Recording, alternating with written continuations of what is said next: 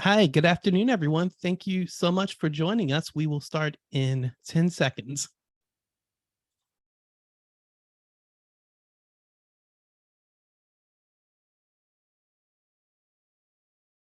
Okay, and I was not joking, so here we go. Hi, everyone. Thank you for joining us for this most recent CUCSA chat. Staff Leaders in Action, Manage and Balance Job and Leadership Responsibilities to Maximize Productivity. We're really happy to have you here and really glad to be able to share this insight and knowledge with you. And this is one of many conversations that CUCSA is hosting just to help to provide more support and guidance to our local staff leaders and our aspiring local staff leaders. Before we get too much into the content of the presentation, I did want to start with our land acknowledgement, and I'll go ahead and read that out very quickly. The Council of UC Staff Assemblies recognizes that our service occurs on the unceded territory of the indigenous peoples of California and that these lands were and continue to be of great importance to them. Every member of our community has and continues to benefit from the use and stewardship of these lands. With respect and gratitude, we acknowledge and make visible our relationship to the original caretakers. And we've also provided a few resources if you're interested in learning more about the Indigenous history of the state, and you can see them here on the presentation. And so I wanted to start. I know we all have had a chance to work with the information related to Zoom. And so I did want to ensure that I shared a couple of points. First one is that this is being recorded for future use. So if you see someone that is interested in using this in the future, it will be available on our social media. And you should please leave your microphone muted during the duration of this event. The event is also going to specifically be on our social media, just to restate it. So if you miss a piece, you can catch it later. If you have questions, those will be asked and answered towards the end of the presentation. We do ask that you type your questions into chat. And I guess I should tell you who I am. So, hello, I'm Dennis McIver. I am from UC Riverside. I'm a financial services analyst of UCR's graduate division with 6 years, approaching 7 years of service. I'm current chair of CUCSA, but I'm also a past president of UCR Staff Assembly and a past chair of UCR's Black Faculty and Staff Association. And I'm very excited to be able to engage in this discussion with all of you. So let's go ahead and move over to our presenter. And I'm going to go ahead and read the biography. Aaron Bushong has worked at UC Riverside for over 24 years in progressively responsible positions in the Marlan and Rosemary Bourns College of Engineering, the College of Natural and Agricultural Sciences, and University Honors, where he is currently the administrative director. He is a UC Riverside alumnus, former president of UC Riverside Staff Assembly, a former delegate to the Council of UC Staff Assemblies, and a graduate of the UC-CORO Systemwide Leadership Collaborative. Outside of his role on campus, he has owned and operated an organizational and time management consulting business since 1997. As an award-winning speaker with Toastmasters International, he has delivered hundreds of workshops on time management, goal setting, public speaking, college success, career advancement, professionalism, financial planning, and managing hybrid teams for faculty, staff, and students at UC Riverside for over 23 years. And I want to add two very quick points. The first one is that if you're interested in any of those topics, Aaron has stated that he's happy and willing to do presentations locally, so please feel free to reach out to him. But the other thing is a little more personal, and I'll just say that Aaron is one of the most influential people in my life, and so I've benefited vastly from all of his insights, and I'm very delighted that you will have the opportunity to benefit from his insights as well. So without further ado, Aaron, I'm going to stop share, and the floor is yours. Thank you, Dennis. I will share my screen.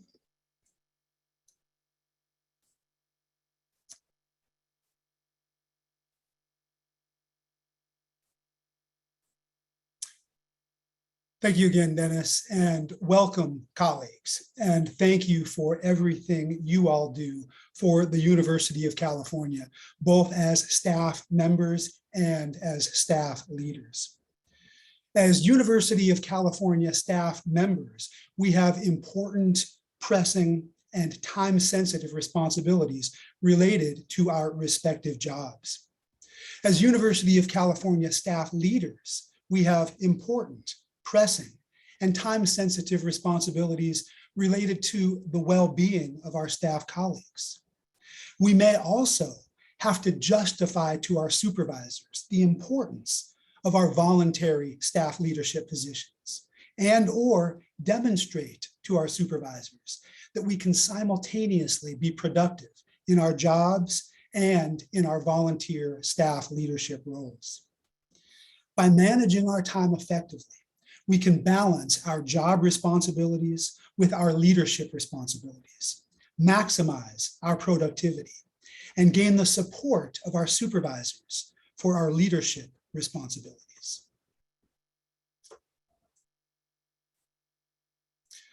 The four numbers you see on the screen are all related to one another and are all important for effective time management.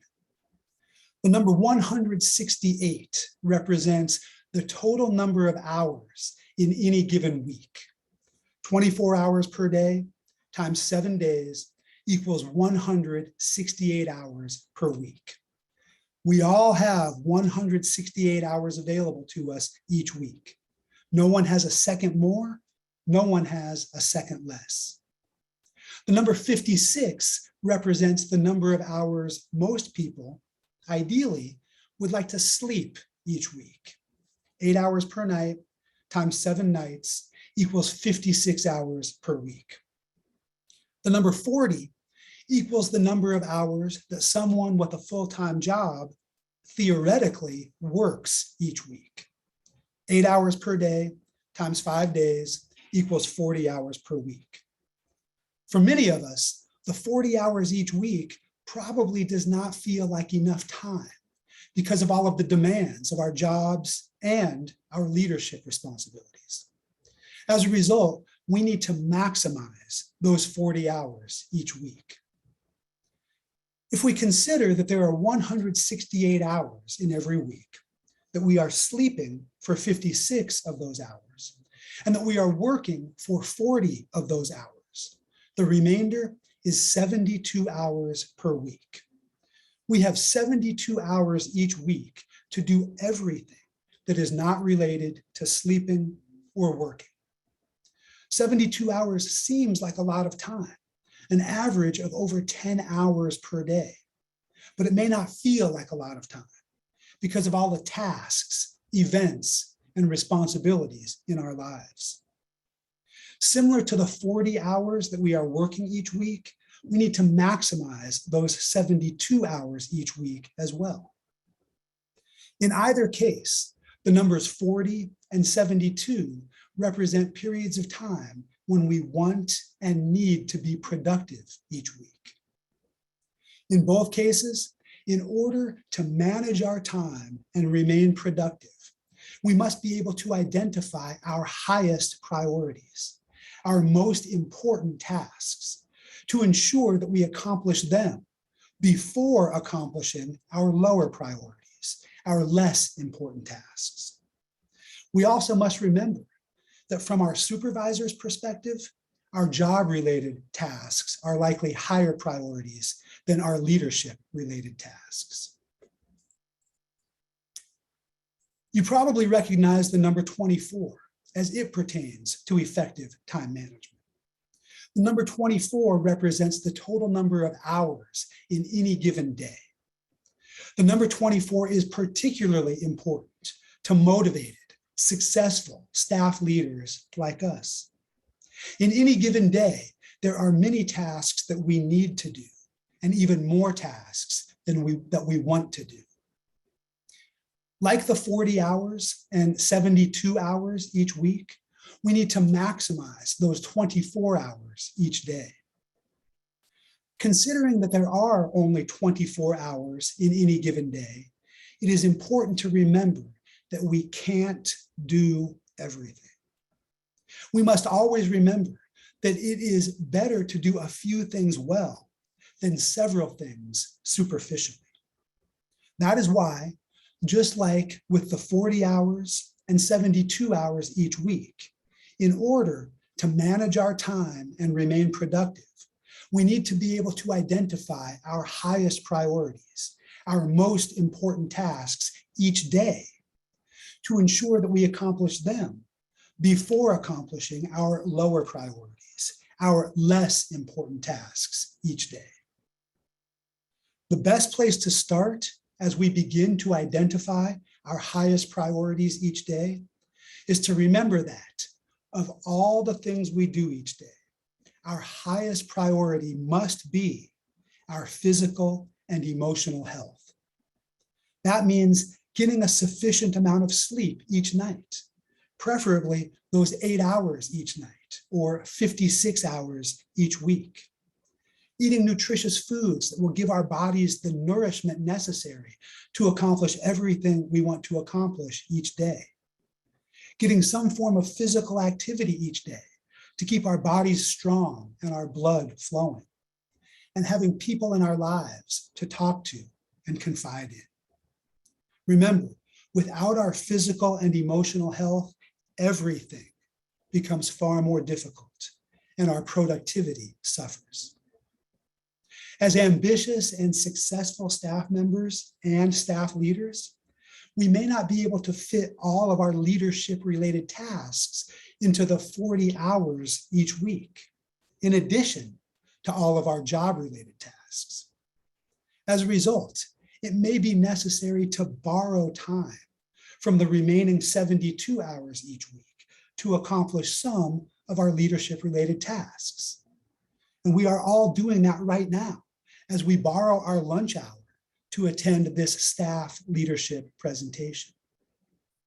Certainly, we should avoid borrowing time from the 56 hours of sleep each week, because that could compromise our health and make us that much less productive. One of the reasons we may feel that our 40 hours each week, or our 72 hours each week, or our 24 hours each day are not enough time is because of time robbers. Time robbers are exactly what the name implies. They are events, situations, or circumstances that take time away from us. And we are all affected by specific time robbers in various situations. You can see on the screen a list of common time robbers, but an important distinction needs to be made. As you can see, beginning with the first time robber in the left column and reading down, every other time robber is written in regular type. The time robbers written in regular type are the time robbers over which we have control. For example, in the first column, we have control over our own poor planning and our own socializing. In the second column, we have control over our own unwillingness to say no and our own lack of self-discipline. And in the third column, we have control over our own negative attitude or our own involvement with details. The alternating time robbers are written in italics. The time robbers written in italics are the time robbers over which we have no control. For example, in the first column, we have no control over meetings or interruptions. In the second column, we have no control over equipment failure or waiting for answers. And in the third column, we have no control over mistakes of others or a lack of authority. It is important to recognize the difference between the time robbers we can control and the time robbers we cannot control. By exercising the control we have over some time robbers, we can minimize or eliminate them and can then better accommodate those time robbers over which we have no control, and therefore better manage our time. We can minimize or eliminate the time robbers over which we have control by implementing some of the strategies I will describe to you today. A common definition of time reminds us that time is a continuum in which events succeed one another from past through present to future. If we consider that definition, then the basic element of time is not a second or a minute or an hour or a day. The basic element of time is an event. Everything we do in our lives is an event. Everything we do for our jobs, for our leadership positions, for our family lives, for our social lives, and everything else is an event. Every time robber is also an event, both those we can control and those we cannot control. It is the sum total of all those events that comprises our time. So if the basic element of time is an event, the key to managing time is event control. In other words, in order to manage our time, we must control the events in our lives. If we fail to control the events in our lives, then the events in our lives will control us. And we can all relate to how that feels. We feel like we can't get anything done, like we're running from one event to another, and like we are not being productive. We feel stressed out, overwhelmed, and worn down. It is not a very good feeling. The key is to be proactive and to practice the strategies I will describe today in order to take control of the events in our lives, to prevent the events in our lives from controlling us, and to effectively manage our time and remain productive in both our job and leadership responsibilities. The best way to manage our time and remain productive is to use a daily planner. For those of you who currently use a daily planner, I encourage you to continue. For those of you who currently do not use a daily planner, I encourage you to begin using one. There is a lot that we, as successful staff members and as successful staff leaders, need to do, and even more that we want to do. And having a daily planner can help us better manage all of those tasks. A daily planner can be pen and paper. It can be online. It can be on a computer, on a phone. It can even be in a spiral notebook. In order to be effective, however, any daily planner should include 4 components. First, a daily task list where we can write the tasks that we want to accomplish each day. Second, an appointment schedule where we can write time-sensitive tasks and events each day. Third, a blank page or a blank space for each calendar day where we can write notes, ideas, or reminders. And fourth, a month at a glance where we can see how tasks and events on different days relate to one another. Once we have an effective daily planner, the most effective strategy to manage our time and remain productive is to create a prioritized daily task list every day. A prioritized daily task list is different from a to-do list because it allows us to assign a level of importance to each task in the list in order to determine and recognize our highest priorities, our most important tasks each day, and to ensure that we accomplish them before accomplishing our lower priorities, our less important tasks each day. The process for creating a prioritized daily task list includes the following steps. Write a list of everything we want to accomplish on a particular day. Everything for our jobs, for our leadership positions, for our social life, for our family life, everything. We then assign a letter to each of our tasks to indicate its priority. The letter A should be assigned to tasks that must be completed that day, our highest priorities. The letter B should be assigned to tasks that should be completed that day. But if they aren't completed that day, they can be completed another day in the near future, our mid-level priorities. The letter C should be assigned to tasks that could be completed that day, but that could also be completed any other day, our lowest priorities. We then assign a numerical sequence to every task within each letter designation. After reviewing all our A tasks, our highest priorities, we decide which is the most important, and we assign it the number 1. We then continue with 2, 3, 4, and so on, until we have numbered all of our A tasks in order of importance. We then review all of our B tasks, our mid-level priorities, decide which is the most important B task, and assign it the number 1. We then continue with 2, 3, 4, 5, 6, and so on, until we have numbered all of our B tasks in order of importance. Keep in mind that in this example, A4 is more important than B1 because despite the higher number, it is still an A task, a high priority. Finally, we review all of our C tasks, our lowest priorities, decide which is the most important C task, and assign it the number 1. We then continue until we have numbered all of our C tasks in order of importance. By following this simple process of creating a prioritized daily task list every day, we will have a list of everything we want to accomplish that day.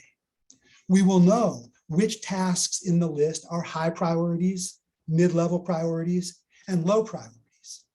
And we will have an order in which to accomplish those tasks, which will ensure that we will accomplish our highest priorities, our most important tasks, before accomplishing our lowest priorities, our less important tasks. Because we are busy and ambitious people, we will likely schedule more tasks each day than we can possibly accomplish. By creating a prioritized daily task list, however, we will ensure that those tasks that we are able to accomplish are the most important tasks for that day. And the remaining less important tasks that we may not be able to accomplish can then be moved forward to the next day, where they may increase in priority.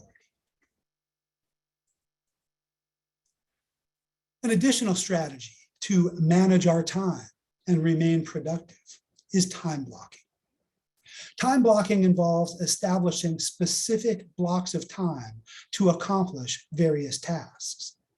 We are all using time blocking right now because we have established the block of time from 12:05 to 12:50 to discuss time management. Time blocking allows us to establish a daily or weekly schedule listing repeating obligations, tasks, or activities.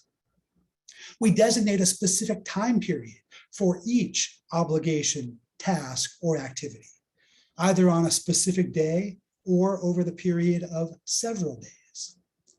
For each block of time, if we finish the obligation, task, or activity early, we should use that remaining time to begin the next obligation, task, or activity, rather than squandering that remaining time on a time rocker.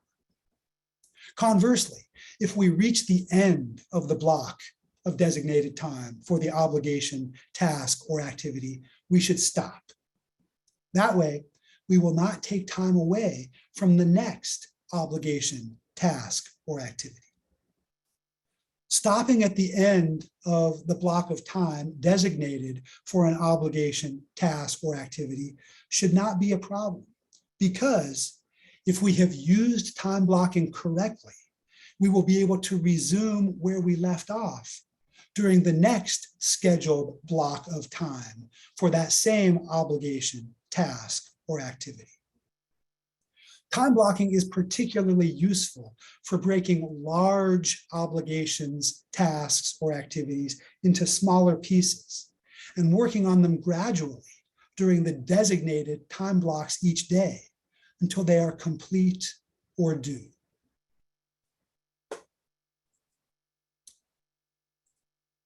In order to supplement our prioritized daily task list and/or our time blocking, An efficient use of available time will help us to manage our time and remain productive.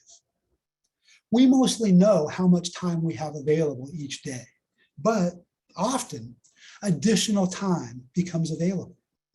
Examples of additional available time include unexpected breaks. For example, if a meeting ends early. Travel time. For example, if we are on public transportation. Waiting in line or for a meeting to begin, or waiting for an appointment. If we have our daily planner with us, we can refer to our prioritized daily task list or our time-blocked schedule, and we'll always know what task can be or should be started or accomplished during any available period of time. That way, we can use additional available time productively rather than squandering it on a time robber.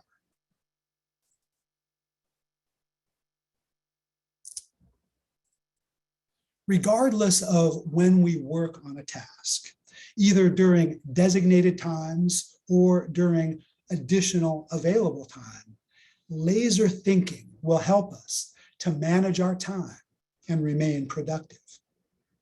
Laser thinking means that we should devote 100% of our attention and focus to the current task. Remember, the science is clear. The human brain can give its full focus to only one single object at any given moment. As a result, despite what many of us would like to believe, there is no such thing as multitasking. If we think we are multitasking, it means we are doing more than one task not very well, which negatively impacts our productivity. So we should avoid all distractions when completing a task. TV, radio, internet, phone, and wandering thoughts, among many other distractions. They are all time robbers, events that will control us, and events that make us less effective and less efficient. A primary distraction for many of us is our cell phone. We may be tempted by curiosity or by urgency to check or answer our cell phone every time we see or hear a notification. Each time we check a notification on our cell phone, we are succumbing to a time robber and negatively impacting our ability to manage our time and remain productive. The solution to eliminate cell phone distractions is to disable our text message, email, social media, and other notifications on our phone. If we cannot bear to disable our notifications, at the very least, we should not check or respond to notifications while we are completing a task. We should complete the task first and then check the notification. If we disable our notifications, we will not be distracted by them while completing our tasks. As an alternative to being distracted by a constant barrage of notifications while we are working through our prioritized daily task list or our time-blocked schedule, we should only check notifications at designated times throughout the day. For example, in the morning, after lunch, in late afternoon, and or during breaks between scheduled tasks. Regardless of the times we designate to check our notifications, we should specify the amount of time we will spend checking notifications and not exceed it.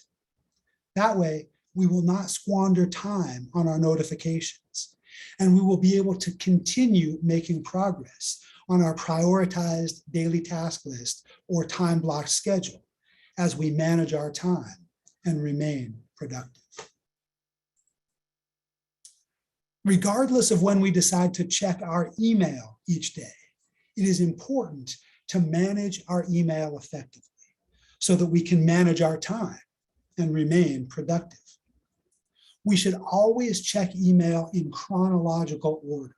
the oldest first, but also remain aware of email from priority senders.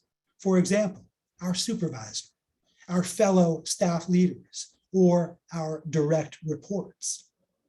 As we read each piece of email, we should make the decision to keep, act, or trash. We should keep email we will need for future reference in an appropriate file.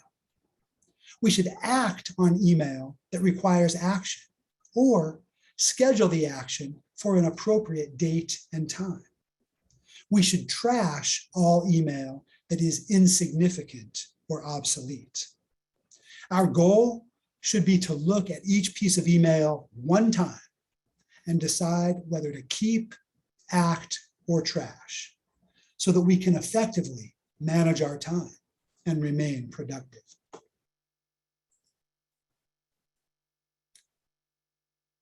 The strategies that I have described today all fit within 3 keys to effective time management that will allow us to manage our time and remain productive.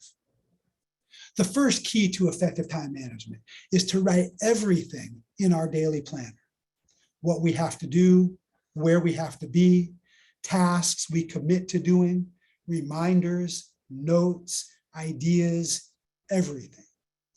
In order to do that, we should have our daily planner with us at all times. We should have it with us when we go to work, when we go to a meeting, when we go home, even when we go out with our family or friends. We should not write information on floating pieces of paper. Instead, anything we would ordinarily write anywhere else should be written in our daily planner. We should use our daily planner as our only calendar. That way, we can see how all of our tasks and events relate to one another. The second key to effective time management is to prioritize our daily tasks. As I explained previously, our daily tasks should include everything we want to accomplish on a particular day. Each daily task should then be assigned a value and a numerical sequence to indicate its priority. The third and most important key to effective time management is to be consistent. Being consistent means adhering to our daily planner every day, reviewing previous tasks, events, and materials to ensure understanding and completion, reviewing upcoming tasks, events, and materials to ensure preparation, and utilizing the strategies I have described every day, including weekends, holidays, and vacations, because we want and need to be productive on those days as well.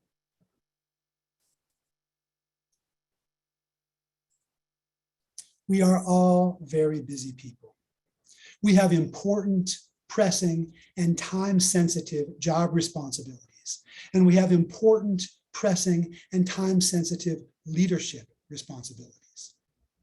By practicing the strategies I have described today, we will be able to balance our job, leadership, and other responsibilities as we effectively manage our time and remain productive. We will also be able to demonstrate to our supervisors that we can simultaneously be productive in our jobs and in our volunteer staff leadership roles and gain their support for our leadership responsibilities.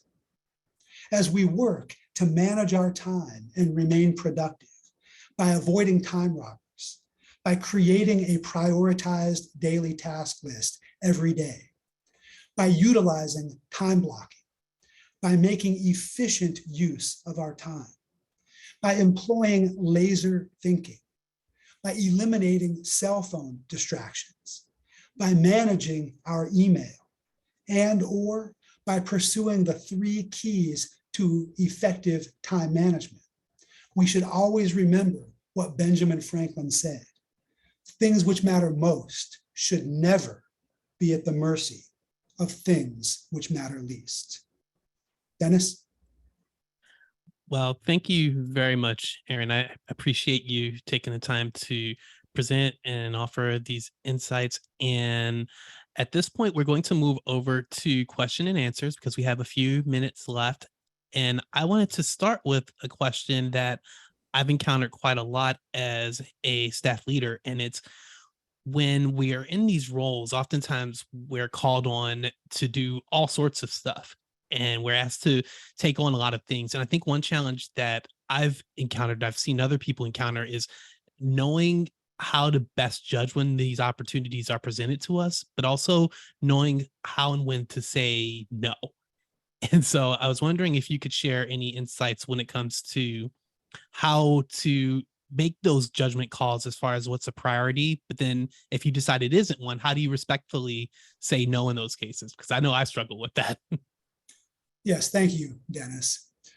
Of course, as important and meaningful as our staff leadership responsibilities are to us, first and foremost, we are University of California staff members, and we have jobs to do. So the answer to that question really fits into the context of our daily responsibilities for our jobs. And by having a very clear view of our responsibilities, our tasks, their priorities, our appointment schedules, and when they occur, we will be more easily able to evaluate whether we can accommodate a request that accompanies our staff leadership roles. And if we can accommodate it, we can appropriately put it into our appointment schedule or appropriately put it into our list of priorities as compared to the other job-related events or activities that already exist in our appointment schedule or in our list of priorities. If we determine that we cannot accommodate a request because of our job-related priorities and or because of our job-related appointments and time-sensitive obligations, we have one of two options. Option number one is, to the extent possible, to make some adjustments to our work schedule. Perhaps we can shift a priority. Perhaps we can move a meeting in order to accommodate the leadership-related request. Or if that's not possible or not practical, the second option is merely to express to the person making the request that we simply cannot accommodate it on that particular day, but perhaps offer an alternative that if that particular request can be moved to another day in the near future or a different date or a different time, we may be able to accommodate it. Essentially saying no with a yes. No, I am not able to accommodate it at this point, but yes, I may be able to accommodate it under different circumstances. Great. Thank you for that, Aaron. And I have another question. I will invite anyone, if you have any questions, please feel free to post it in chat. My next question would be, and I was very lucky in that when I first started being a staff leader, I had an immensely supportive supervisor that you probably know, who was very encouraging and very supportive of it and understood the value that came with doing this work. But I get the impression that's not always promised from one supervisor to the next. And in your experience, would you have any advice on how to essentially talk up the benefits of being involved and being engaged and how it can positively influence your professional experience? Because I think that's something that some of our staff have a challenge with. And so I didn't know if you have any thoughts or recommendations related to that. Yes, I do. Thank you. First of all, before we even attempt to advocate for staff leadership with our supervisors, we must first prove to our supervisors that we can be efficient and effective in our respective jobs. And the way we do that is by utilizing some of the strategies I discussed: prioritizing our tasks, maintaining our schedule, avoiding time robbers, managing our time, being productive. Once we are able to establish that and demonstrate that to our supervisor, then the way to advocate for staff leadership can be several. Certainly, we can advocate for ourselves, talking about how it will contribute to our own professional development, how it will contribute to our own morale, our own sense of satisfaction, our own sense of contribution. But staff supervisors who may not be supportive of staff leadership, they're not really going to be interested in how it's going to benefit us as individuals. So the next best way is to communicate to a supervisor how our staff leadership positions will be beneficial to the supervisor, to the office, to the department, to the organization. Networking, visibility, advocacy, and general benefits to the work that we may do, regardless of our job or our department or our organization. If our supervisor can recognize how our involvement campus-wide in a staff leadership position will benefit either the supervisor directly or the department, that person will likely be far more supportive and far more receptive to those staff leadership opportunities. Great, thank you. And we have a couple of questions that have come in. And the first one is, how do we ensure that our coworkers and supervisors respect our time blocks? I say the last word, respect our time Blocks? Oh, respect our time blocks. Well, I mean, that is make sure that they are evident, make sure that they are on whatever calendar system you share with your colleagues. And if people typically schedule over a time block, number one, that's inconsiderate on their part. But number two, that's an opportunity for you to communicate to them. And of course, we would communicate differently if it were a colleague versus a supervisor, but communicate that our schedules, our calendars are set up very deliberately. And those time blocks are not just an opportunity for us to reserve time or avoid a meeting or to indicate that we're working on something else, but those time blocks are very specific and we have specific tasks that we need to accomplish. And hopefully that open communication and similarly respecting our colleagues' time blocks will allow them to respect our time blocks similarly.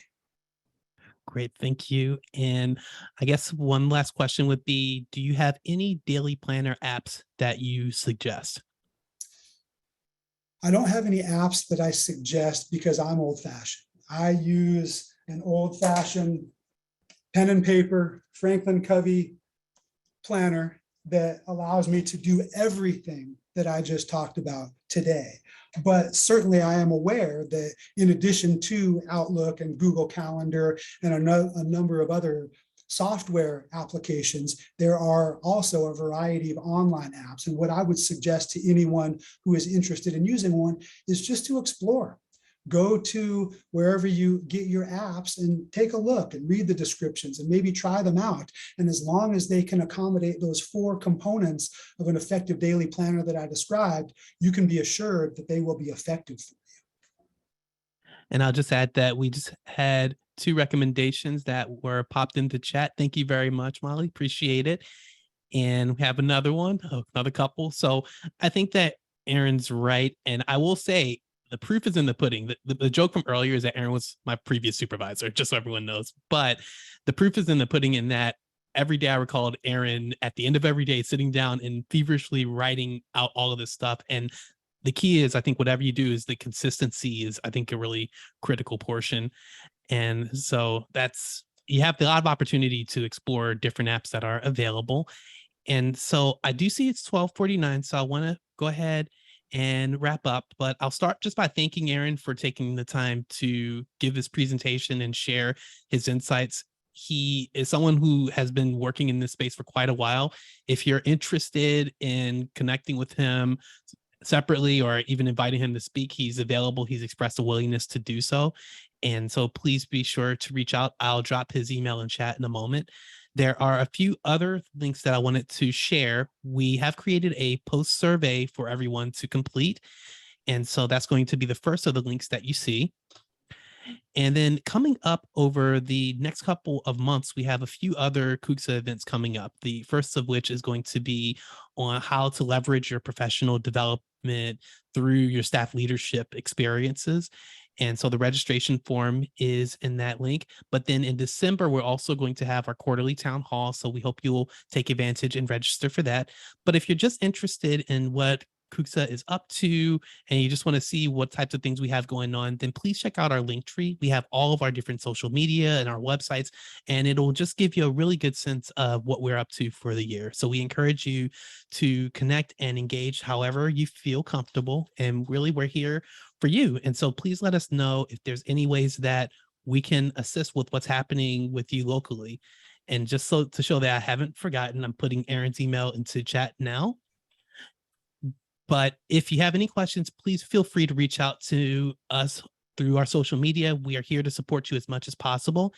And so at 12:51, we'll go ahead and call this a day. But thank you so much for spending your lunch hour with us. We hope you'll come to a future CUCSA chat. And more than anything, thank you very much for all that you do for UC. And we look forward to seeing you soon. So thanks again and have a wonderful rest of the day.